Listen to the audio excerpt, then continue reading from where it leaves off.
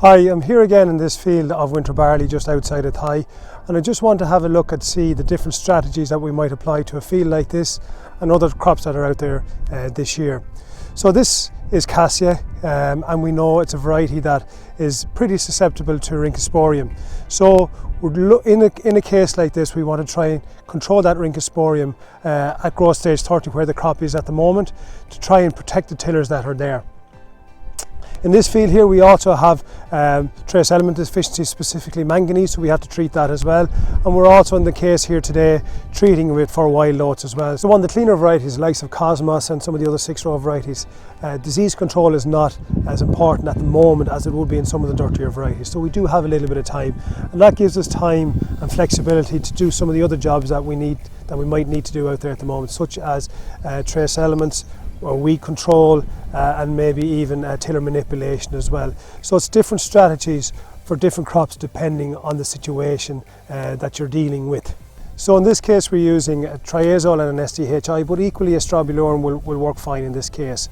We're using a wild oat herbicide, and we're also using a trace element, a manganese trace element, so a pretty straightforward mix. So one of the questions that have been asked out there is, what do you do if you have nothing done?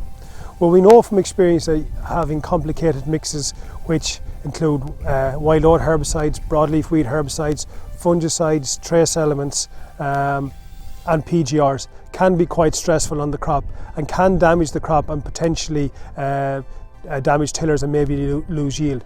So in a case where a crop has received nothing to date, our advice would be to try and split that application of pesticides. So what way do you split it? Well, in a crop like cassia here, where we know we're trying to protect those tillers from disease, obviously then that's probably primary. We have to control that.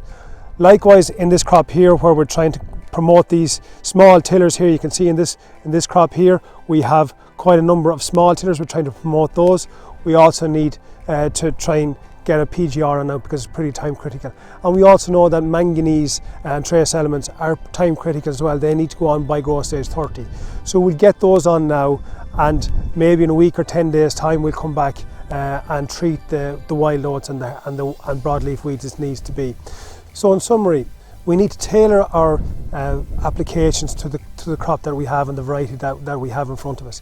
So something like a disease-prone variety like cassia or KWS Tower, we need to treat those diseases and manipulate those tillers as soon as we possibly can. For the cleaner varieties, we can delay a little bit, maybe split the applications, and for those crops that have nothing done, we certainly should be splitting those applications to try and avoid stressing the crop and damaging the crop even more.